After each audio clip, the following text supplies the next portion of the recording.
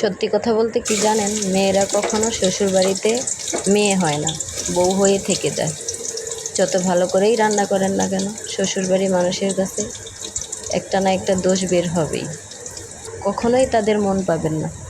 যদি মেয়েরা শ্বশুরবাড়িতে মেয়ে হয়ে যেত, তাহলে দুনিয়াটা নাই কত সুন্দর হতো, কত ভালো হতো।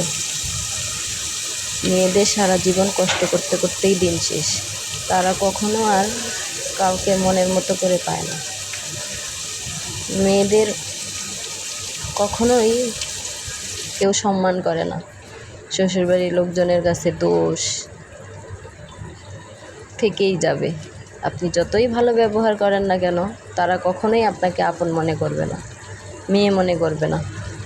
আপনি আপনার সবটা দিয়ে চেষ্টা করবেন তাদেরকে ভালো রাখার, ভালো করে রান্না করে খাওয়ানোর, তাদের সেবা যত্ন করার।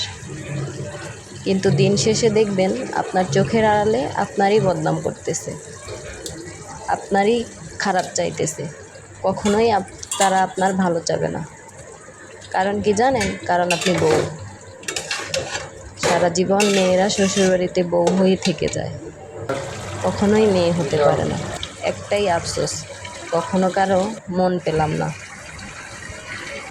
স্বামীর সেবা যত্ন করবেন, দিন শেষে বলবে, কি করো তুমি? তোমার কোনো কাজ আছে?